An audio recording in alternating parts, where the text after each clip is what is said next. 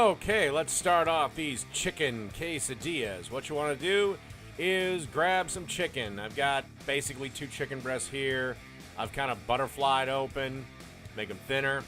And then I'm going to do a technique that I learned from Gordon Ramsay that, believe it or not, I didn't actually like.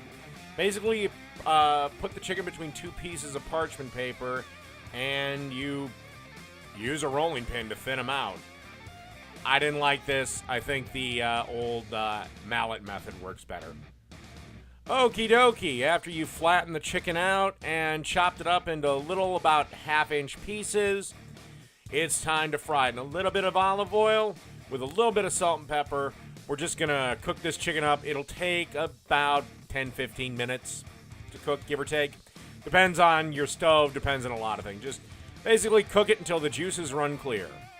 Okay, and after the chicken has been cooked, you want to add about 2 ounces of taco seasoning and a cup and a half of water.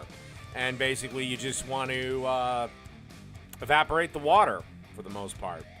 It'll take about another 10-15 minutes or so.